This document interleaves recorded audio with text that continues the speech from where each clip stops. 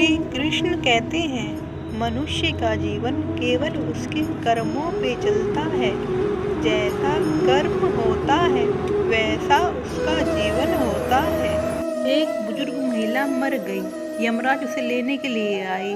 उस बुजुर्ग महिला ने यमराज से पूछा कि आप मुझे स्वर्ग ले जाएंगे या नरक। यमराज बोले, मैं तुम्हें स्वर्ग या नरक दोनों में से कहीं नहीं ले जाऊंगा। तुमने इस जन्म में बहुत ही अच्छे कर्म किए हैं, इसलिए मैं तुम्हें सीधे प्रभु के पास ले जा रहा हूँ।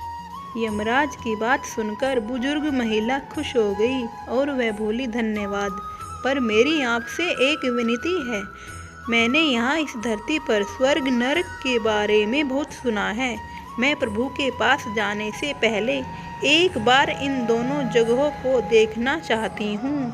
यमराज ने उस बुजुर्ग महिला से कहा कि तुम्हारे कर्म अच्छे हैं, इसलिए मैं तुम्हारी यह इच्छा पूरी करूँगा। चलो हम स्वर्ग और नरक के रास्ते से होते हुए प्रभु के धाम चलेंगे। वो दोनों चल पड़े। सबसे पहले नरक आया। नरक में इस बुजुर्ग महिला ने जोर जोर से लोगों के रोने की आवाज़ सुनी। लोग दर्द पीड़ा से चिल्ला रहे थे। वह नरक से सभी लोग बीमार दिख रहे थे। उस बुजुर्ग महिला ने वहाँ पर एक आदमी से पूछा कि आप सब लोगों की ऐसी हालत क्यों है। वो आदमी बोला, अगर हमारी हालत ऐसी नहीं होगी तो और कैसी होगी। हम सभी जब से यहाँ आए हैं तब से एक दिन भी खाना नहीं खाया। भूख से हमारी आत्माएं तड़प रही हैं। यही उस बुजुर्ग महिला की नज़र एक बड़े से पतीले पर पड़ी, जो कि लोगों के कद से करीब 500 फुट ऊंचा होगा। उस पतीले के ऊपर एक विशाल चम्मच लटका हुआ था। उस पतीले में से अच्छी खुशबू आ रही थी। बुजुर्ग महिला ने उस आदमी से पूछा कि इस पतीले में क्या है। आदमी ने जवाब दिया कि ये पतीला स्वादिष्ट खीर से हर समय भरा रहता है। उस आदमी की बात सुनकर बुजुर्ग महिला ने तुरंत उससे कहा कि इसमें खीर है, तो आप लोग पेट भर के ये खीर खाते क्यों नहीं? भूख से क्यों तड़प रहे हैं? ये पतीला 500 फीट ऊंचा है और इसमें से कोई भी उस पतीले तक नहीं पहुंच पाता है। उस बुजुर्ग महिला को उन सब लोगों पर तरस आ गया। वो सोचने लगी, बेचारे खीर का पतीला होते हुए भी भूख से बेहाल हैं। शायद भगवान ने उन्हें यही दंड दिया होगा। यमराज ने बुजुर्ग महिला से कहा कि चलो, हमें देर हो रही है, अब हमें चलना चाहिए। दोनों चल पड़े। कुछ ही देर चलने के बाद स्वर्ग आया। स्वर्ग में उस बुजुर्ग महिला को सबके हंसने की आवाज़ सुनाई दी। वहाँ पर लोग काफ़ी खुश थे। उन सभी को खुश देखकर बुजुर्ग महिला भी बहुत ज़्यादा खुश हो गई। पर ये क्या?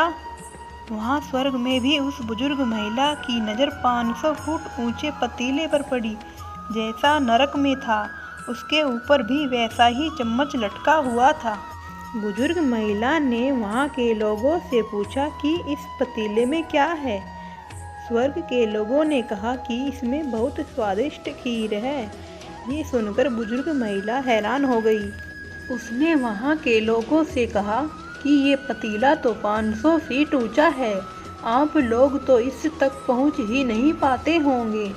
उस बुजुर्ग महिला ने कहा कि इस हिसाब से तो आप लोगों को खाना मिलता ही नहीं होगा। आप सभी तो भूख से बेहाल होंगे। मुझे आप सब लोग फिर भी इतने खुश क्यों लग रहे हो? ऐसा कैसे हो सकता है? स्वर्ग में सभी लोग बोले, हम सभी लोग इस पतीले में से पेट भर के खीर खाते हैं। ये सुनकर बुजुर्ग महिला बोली, पर कैसे? पतीला तो बहुत ऊंचा है। स्वर्ग में सभी लोग बोले, तो क्या हुआ? पतीला ऊंचा है तो यहाँ पर कितने सारे पेड़ हैं। ईश्वर ने पेड़ पौधे, नदी, झरने ये सब उपयोग करने के लिए ही तो बनाया है।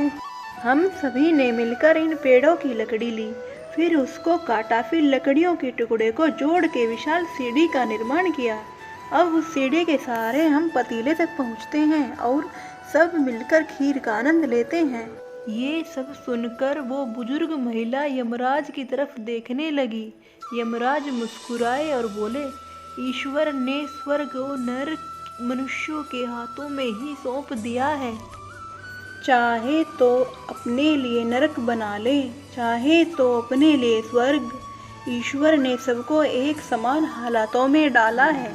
वहाँ नरक में भी पेड़ पौधे सब थे, पर वो सब लोग खुद के आलस की वजह से भूखे तड़प रहे थे।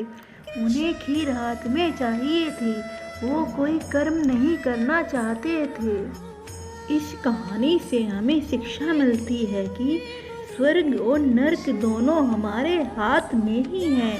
अगर हम अच्छे कर्म करें, ईमानदारी से मेहनत करें तो अपने जीवन को स्वर्ग बना सकते हैं।